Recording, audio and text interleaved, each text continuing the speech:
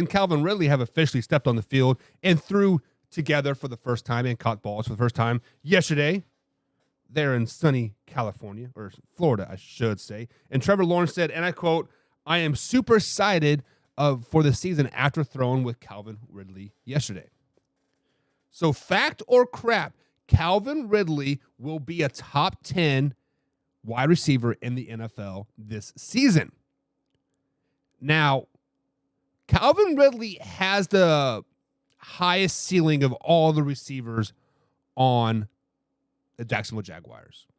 Higher ceiling than Christian Kirk, higher ceiling than Jay Jones, higher ceiling than their tight end. He definitely has the highest ceiling of all. However, Christian Kirk is the man on that roster. Let's just be honest. Christian Kirk got the big payday, and he is going to warrant the ball. You cannot pay a man, $30 million or whatever he's getting paid and not give him the ball. I'm not saying Calvin Ridley doesn't get the ball. I'm not saying that.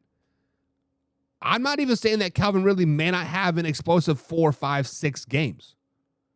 But I'm saying once that starts to happen, the double teams are going to slide over to Calvin Ridley.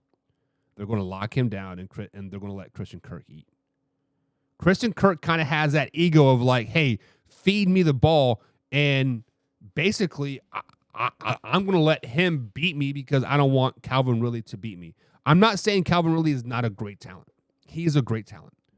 He could, in theory, be a top 10 receiver in the NFL. I just don't think with the Jacksonville Jaguars he will ever be a top 10 receiver in the NFL. I don't see it.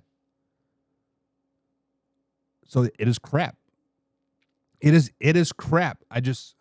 Unfortunately, he will have a very successful season. He will catch some balls. He might even break 900 yards this season. Just beyond that, average. So will Calvin Ridley be a top 10 receiver in the NFL this season? Crap. There are certainly 10 better receivers out there than him in the NFL right now, and one of them is probably on his team in Christian Kirk. Also, don't sleep on Jay. Don't sleep on Zay.